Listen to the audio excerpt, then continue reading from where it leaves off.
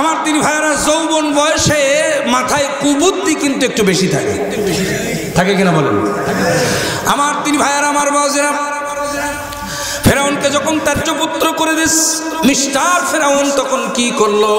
বাড়ির থেকে এই নিয়ত করলো যে আমাকে যখন বাবা মা ত্যায্যপুত্র করে দিছে, এই গ্রামে থাকবো না, শুধু এই গ্রাম না, এই দেশেই থাকবো না, বর্ডার পার হয়ে মিশরে চলে যাব, এই এলাকায় থাকবো না, এই দেশেই থাকবো না। ফেরাউন কি করলো? একটা চাদর নিল। কি নিল? চাদর নিল দুপুর বেলা। কখন? দুপুর বেলা, দিনের বেলা চাদর নিয়া, সুন্দর করে চাদর মুড়ি দিয়া, শুধুমাত্র চোখ দুটো দেখা যাচ্ছে, চোখ দুটো দেখা যাচ্ছে, চাদর মুড়ি দিয়া, কোন রকম কেউ যেন চিনতে না পারে, এরকম করে হাঁটতে হাঁটতে মিশরের বর্ডারে যে দাঁড়ায়।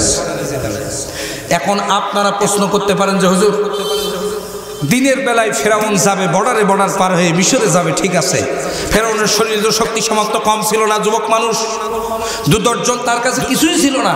তো এই ফেরাউন কেন চোখ দুটো মানে কাপড় চোপড় দিয়ে সুন্দর করে চাদর দিয়ে ঢেকে, শুধু চোখ দুটো কেউ যেন চিনতে না পারে, এইভাবে কেন বর্ডারে গেল? প্রশ্ন আছে না নাই? আরো জোরে বলেন। কারণ হলো মিস্টার ফেরাউন তার কওমের মানুষের প্রতি এত জুলুম আর নির্যাতন অত্যাচার করেছিল, জনগণ যদি ওকে প্রকাশ্য রাজপথে পাইতো, জুতা পিটা করে পৃথিবীর জমিন থেকে বিদায় করে দিত। এজন্য জনগণের হাত থেকে, গণপিটুনি থেকে বাঁচার জন্য চোখ মুখ ঢেকিয়ে তারপরে বর্ডারে গেছে। কথা মনে হয় বোঝেন নাই? এরকম নব্য ফেরাউন আমাদের দেশে দুই একটা আছে না নাই? আরো জোরে বলেন, আছে না নাই? আমরা বলতে চাই, অনব্য ফেরাউনের জাতেরা শুনে রাখো, তোমরা বিগত দিনে জনগণের উপরে যে জুলুম নির্যাতন করেছো, আজকে বাংলাদেশের তাওহীদি জনতা পুলিশ ছাড়া যদি তোমাদের ময়দানে পায়, জুতা পিটা করে মাটির সঙ্গে মিশিয়ে দেবে। কথা বলেন ঠিক কিনা? এজন্য জুতা পিটা করে বিদায় হওয়ার ভয়তে, গণপিটুনি খাওয়ার ভয়ে দেখবেন সামনে 100 পুলিশ, পেছনে 100 পুলিশ, ডাইনে 100 পুলিশ, বামে 100 পুলিশ, পুলিশ নিয়ে তারপর গার্ড দিয়ে রাস্তায়। কথা বলেন, কথা বলেন, কথা বলেন। কারণ ভয় আছে না নাই? কারণ জনগণের সাথে তো ভালো ব্যবহার করেনি, রডের বদলে বাঁশ দিছে। কথা বলেন, কথা বলেন, কথা বলেন। আগে শুনতাম যে সোয়াবিন তেল পাওয়া যায় দোকানে, করোনার সময় দেখলাম সোয়াবিন তেলের বোতল পাওয়া যায় নেতাদের খাটের জাজিমের তলায়। কথা কন না কেন ভাইরা? নাকি ঘুম আসতেছে আপনাদের? আমার তিন ভাইরা, আমার বাবাসীরা, গভীর মনোযোগ দিয়ে কথাগুলো শুনবেন আর মিলাবেন। ভয় আছে না? নেতাদের ভয় আছে না? আছে আমার ভাইরা, গভীর মনোযোগ দিবেন। ফেরাউন তার কওমের মানুষের হাত থেকে বাঁচার জন্য, ফেরাউন আমার ভাইরা সুন্দর করে চোখ টোক বেঁধে যে বর্ডারে দাঁড়ায় আছে, গভীর মনোযোগ দিবেন। ফেরাউন যখন দাঁড়ায় আছে, ফেরাউন লক্ষ্য করে দেখলো ওদিক দিয়া বর্ডারের আরেক প্রান্ত দিয়ে আর একজন চোখ মুখ ঢাকা ব্যক্তি, তাও ফেরাউনের দিকে সে আসতেছে। ফেরাউনের কাছে যখন আসছে, তখন ফেরাউন ডাক দিয়ে বলছে, ভাই তোমার বাড়ি কোন জায়গায়? কোথা থেকে আসছো? কি ব্যাপার? এই দিনের বেলা চাদর টাদর মুড়ি দিয়ে গেল। ওই লোকটা তখন ডাক দিয়ে বলছে, বাবা মা বাড়ির থেকে বের করে দিয়েছে, যেন মনের দুঃখে বর্ডারে চলে এসছে। ফেরাউন বলতেছে, তোমার নাম কি? বলছে, আমার নাম হলো হামান টাক। কি নাম? আর একটু জোরে বলেন। হামান টাক। আমার দিন ভাইরা, আমার বাজিরা, হামান তখন ডাক দিয়ে বলছে, তোমার নাম কি? তোমার কি অবস্থা? কেন তুমি এই বর্ডারে? তোমার এই অবস্থা কেন? ফেরাউন তখন ডাক দিয়ে বলছে, তুইও যা আমিও তা, তুইও যা আমিও তা। জনগণ পিটানোর ভয়তে আমি বর্ডারে পার হয়ে চলে যাচ্ছি, আমার বাড়ির থেকে বের করে দিয়েছে, জনগণের উপরে এত জুলুম নির্যাতন করেছি, সুতরাং আমরা দুইজন আজকের থেকে দুইজনের কপাল যেহেতু একই, হাতে হাত দে, আজকে দুইজন বন্ধু হয়ে গেলাম, চল দুই বন্ধু মিলে বর্ডার পার হয়ে মিশরে চলে যাই। সম্মানিত ভাইয়ারা আমার, বর্ডার পার হয়ে দুইজন মিশরে চলে গেল। যেতে যেতে যেতে যেতে সকাল থেকে সন্ধ্যা পর্যন্ত তারা শুধু হাঁটতেছে, হেঁটে হেঁটে সারাদিন কোনো খাবার নাই, পেটের মধ্যে একটা দানে পানি পর্যন্ত পড়ে নাই। আমার তিনি ভাইয়েরা, সন্ধ্যা যখন হয়ে গেছে, হামাস তখন ডাক দিয়ে বলছে, বন্ধু ফেরাউন, আর তো খোদার যন্ত্রণায় হাঁটতে পারি না, এখানে দাঁড়াও, দূরে তাকায় দেখো কোনো জায়গায় কোনো ব্যবস্থা হয় কিনা, খাবারের ব্যবস্থা হয় কিনা। দুইজন মিলে দূরে তাকায় দেখলো একটা তরমুজের ক্ষেত। কিসের ক্ষেত? আরো জোরে বলেন। তরমুজের তরমুজের ক্ষেত, তরমুজের বাগান। দুইজন চলে গেল তরমুজের বাগানের মালিকের কাছে, যেই বলতেছে, ও তরমুজ ক্ষেতের মালিক, আমরা বিদেশি মেহমান, আমরা মুসাফির মানুষ, অনেক দূর থেকে এসেছি, সকাল থেকে সন্ধ্যা পর্যন্ত হেঁটেছি, একটা জায়গায় কোনো খাবার পাই নাই, পানি পাই নাই, আমরা দারুণ ক্ষুধার্ত।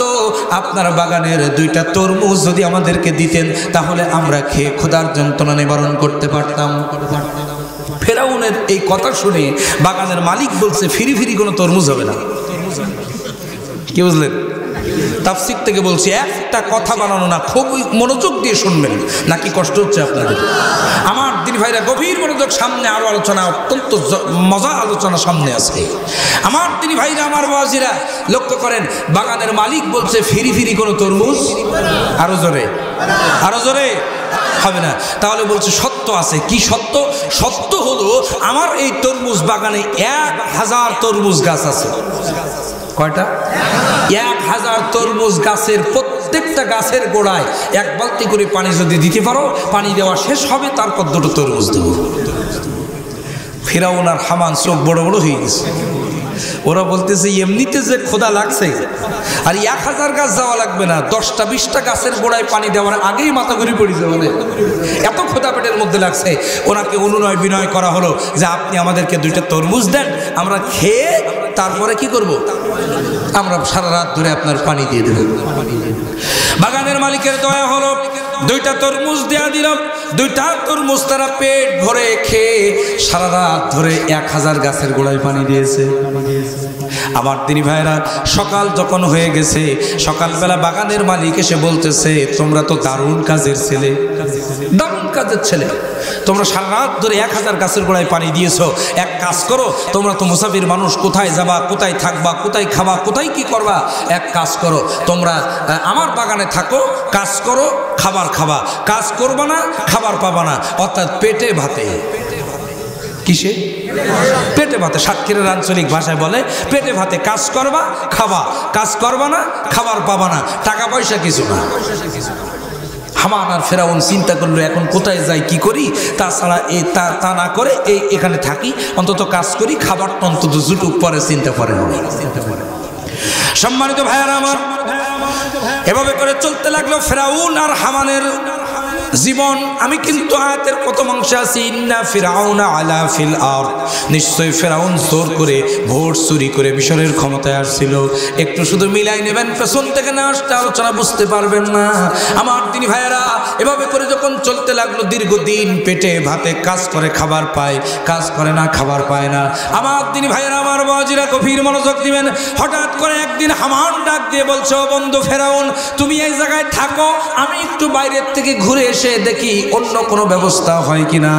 আমার দিনী ভাইরা, সারাদিন ঘুরে এসে, সকাল থেকে সন্ধ্যা পর্যন্ত ঘুরে এসে, হামান সন্ধ্যাবেলা ফেরাউনের কাছে এসে বলছে, বন্ধু রে, ও বন্ধু, তোমার জন্য দারুণ একটা সুখবর আছে। কি আছে? আরো জোরে বলেন, কি আছে? ঘুম আসতেছে আপনাদের? কোনো দিকে তাকাবেন না, আমি যখন চেয়ারে, আমি এখন গিয়ারে, যা হয় হবে। কোরআনের একটা হক কথা গোপন করা হবে না, যতক্ষণ আলোচনা শেষ না হবে একজন ব্যক্তি ময়দান ছেড়ে যাব না। যেরকম ইনশাআল্লাহ, সে যতই ষড়যন্ত্র করুক না কেন, কোরআনের মাহফিল বন্ধ করতে পারবে না ইনশাআল্লাহ। যদি কেউ বন্ধ করতে আসে, পিঠের চামড়া রাখা হবে না। আরো জোরে বলেন, জুতা টুতা নিয়ে যার কাছে যা আছে তাই নিয়ে রেডি থাকে। আমার তিনি ভাইরা, এদেশে আমরা আগাছা পরগাছা নই। আমরা ভারত থেকে পাসপোর্ট করে এদেশে আসিনি, আমেরিকা থেকে পাসপোর্ট করে এদেশে আসিনি, আকাশ থেকে আমরা টপ করে পড়িনি, জমিন ফুড়ে উঠিনি। আমরা এদেশের নাগরিক। তোমাদের যদি কোরআনের মঞ্চে বসে আলেমদেরকে থামিয়ে তোমাদের যদি বক্তব্য দেওয়ার অধিকার থাকে, আমাদের কোরআন বলার অধিকার আছে। এই অধিকার এক সেকেন্ড আমরা ছেড়ে দেব না। যখন অধিকার আমরা পাবো না, জোর করে ছিনিয়ে নেব। কথা বলেন ঠিক কিনা? কষ্ট হচ্ছে আপনাদের? আমার তিনি ভাইরা, দেয়ালে আমাদের পিঠ থেকে গেছে। আমাদের ভাইরা পৃথিবীর জমিন থেকে বিদায় হয়েছে। আমাদের ভাইরা গুলি খেয়ে পৃথিবীর জমিন থেকে বিদায় হয়েছে। কোনো কোনো ভাই পঙ্গুত্ব বরণ করছে, জেলখানার ভিতরে এখনো কত আলেম বসে বসে মরতেছে। সুতরাং আমরা ময়দান ছেড়ে যাব না। কথা বলেন ঠিক না ঠিক? সম্মানিত ভাইরা আমার, গভীর মনোযোগ দিবেন। ফেরাউন আর হামান যখন বাগানের কর্মচারী, তরমুজ ক্ষেতের কর্মচারী, হামান বলছে বন্ধু তোমার জন্য একটা সুখবর আছে। সুখবরটা হলো আমি বাইরে থেকে ঘুরে এসে দেখলাম এই মিশরের সরকারি কবরস্থানের একজন দারোয়ান নেবে। কি বুঝলেন? সরকারি কবরস্থানের একজন দারোয়ান পদের লোক নেবে। আমি মনে করি তোমার হাডি বডি ভালো, লম্বা চওড়া আছো, দেখতে শুনতে কোনো সমস্যা নেই, শরীরে দাগ চোখ কিছু নেই, তুমি যদি দাঁড়ায় যাও তাহলে আমার বিশ্বাস তোমাকেই নেবে। আমার তিনি ভাইয়েরা, ফেরাউন তখন ডাক দিয়ে বলছে আমার কি হবে? বলছে হ্যাঁ হবে, আমার বিশ্বাস, তুমি দাঁড়ায় দেখো হবে। আমার ভাইরা পরের দিন সকালবেলা লাইনে দাঁড়ায় গেল, কারো চাকরি হয় না। যেই ফেরাউনকে দেখলো অমনি ফেরাউনকে ধরে নিয়ে চাকরি দিয়ে দিচ্ছে। ফেরাউনকে ধরে চাকরি দিয়ে দিছে। আমার ভাইরা এবার আপনারা আমাকে জবাব দেবেন যে মিস্টার ফেরাউন কার বুদ্ধিতে রাস্তার ছেলে থেকে তরমুজ ক্ষেতের সাধারণ কর্মচারী হয়েছিল? হামানটা। আবার কার বুদ্ধিতে মিশরের সরকারি কবরস্থানের দারোয়ান হলো? হামানটাকের বুদ্ধিতে। আর হামানটাক কোন জায়গায়? তরমুজ খেতে। কোন জায়গায়? তরমুজ ক্ষেতের সহকারী কর্মচারী। গভীর মনোযোগ দিবেন, মানে কর্মীর জায়গায় কর্মী, নেতা ফুলে কোন জায়গায় উঠতেছে একটু শোনেন। আমার তিনি ভাইরা, আমার বাবাজিরা, মিশরের সরকারি কবরস্থানে চাকরি হয়ে গেল ফেরাউনের। মিশরের সরকারি কবরস্থানে একটা নিয়ম ছিল। নিয়মটা হলো একটা করে লাশ দাফন করবে, 1 টাকা করে পারিশ্রমিক পাবে। সেই জামানায় 1 টাকা করে পারিশ্রমিক, একটা করে লাশ দাফন। লাশ যতগুলো দাফন হবে ততগুলো 1 টাকা করে পাবে। লাশ দাফন নেই, কোনো টাকা পাবে না। এভাবে চলতে লাগলো ফেরাউনের জীবন। আমার তিনি ভাইয়েরা, আমার বাবাজিরা, হঠাৎ করে মিশরের জমিনে একটা মহামারী দেখা দিল। কি দেখা দিল? মহামারী দেখা দিল। হাজার হাজার মানুষ মারা যায়।